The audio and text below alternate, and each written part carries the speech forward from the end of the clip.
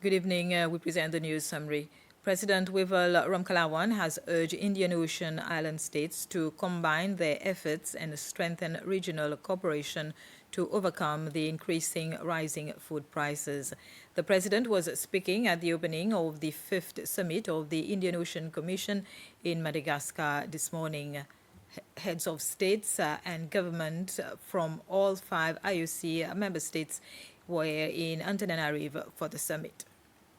President Ramkalawan emphasized that frameworks such as the Indian Ocean Commission or the IOC are more relevant now than ever and that member states must coordinate their responses and combine their efforts. They already possess the necessary tools, expertise, and commitments.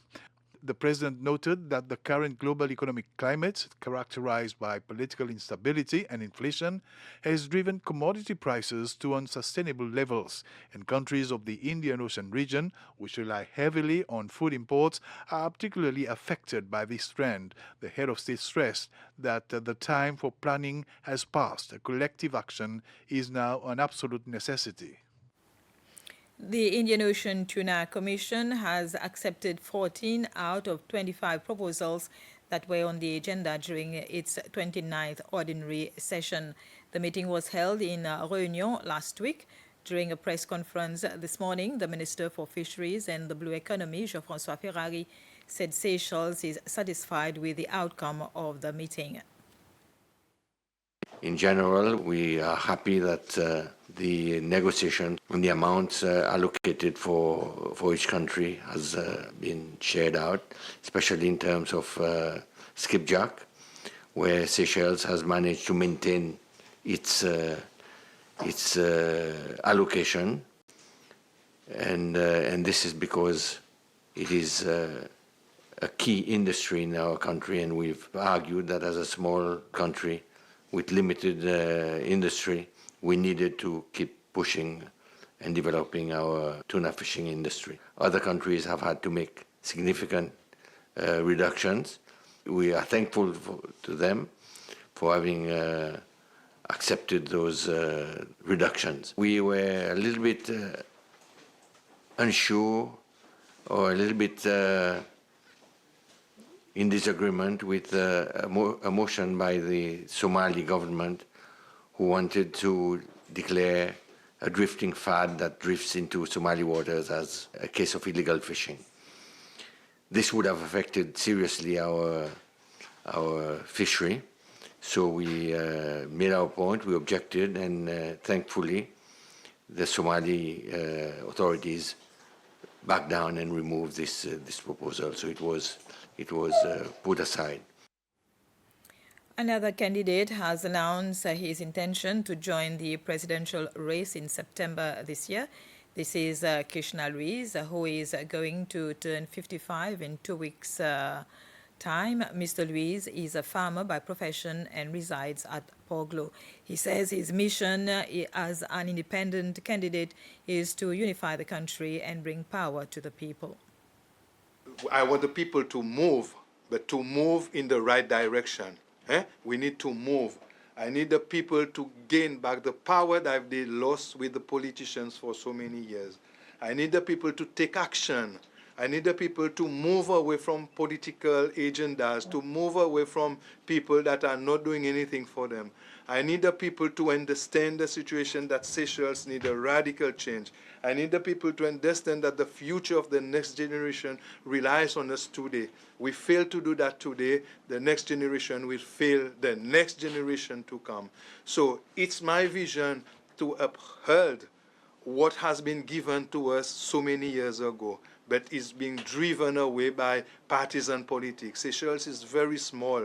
I want to help you people out there. I want you to give me that vote. I want you to understand my plea to you, to understand my vision to you, to understand that my only reason for being a presidential candidate is to help you out. What I want to do is I want to do the people of Seychelles a big favor, give them back their country, give them back their life, back their dignity, and everything that could belong to them, including a better life for the children, for the parents, and everything that you can imagine of. I'm not offering you anything except myself to work for you as your civil servant.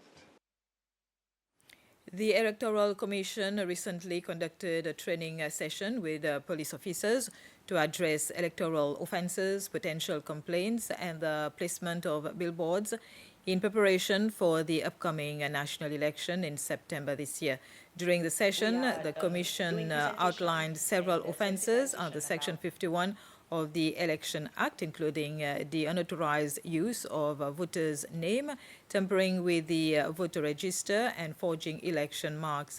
The training also covered key aspects of the electoral process, such as the electoral system, voter registration procedures, and the nomination process for candidates.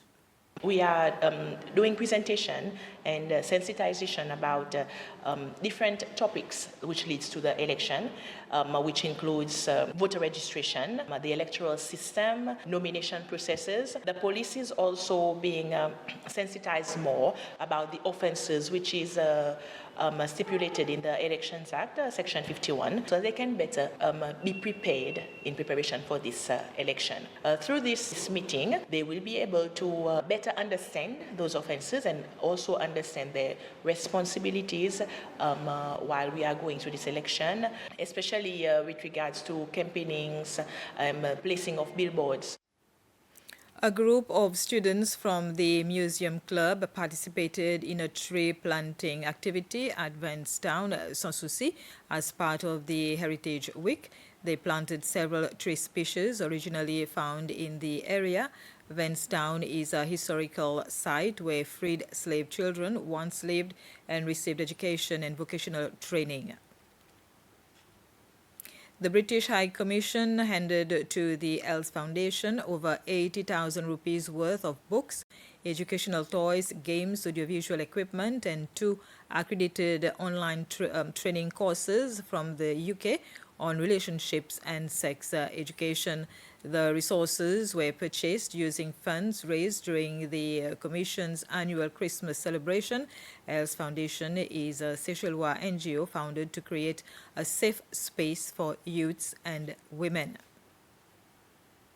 And Gervais Moumou has presented his credential as ambassador to the leader of Bahrain, King Hamad bin Isa Al Khalifa.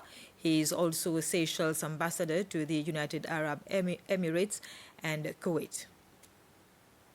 Gervais Moumou, the ambassador of Seychelles to the UAE, presented his credentials to King Hamad bin Isa Al Khalifa of Bahrain on April the 22nd. This marks him as Seychelles' second non-resident ambassador to Bahrain since the two countries established diplomatic relations in 1983. During the ceremony, Ambassador Moumou delivered greetings from Seychelles President Wavel Ramkalawan and reaffirmed Seychelles' commitment to strengthening ties with Bahrain. King Hamad reciprocated with warm wishes and expressed Bahrain's interest in exploring new areas of cooperation. Ambassador Moumou also met with senior Bahraini officials to discuss key sectors like tourism, trade, defense, and climate change, as well as simplifying travels for Seychellois citizens in Bahrain. Additionally, he engaged with Seychellois diaspora in Bahrain, listening to their concerns and reinforcing the government's support for the citizens abroad. And this was the news. There will be more details at 8 p.m.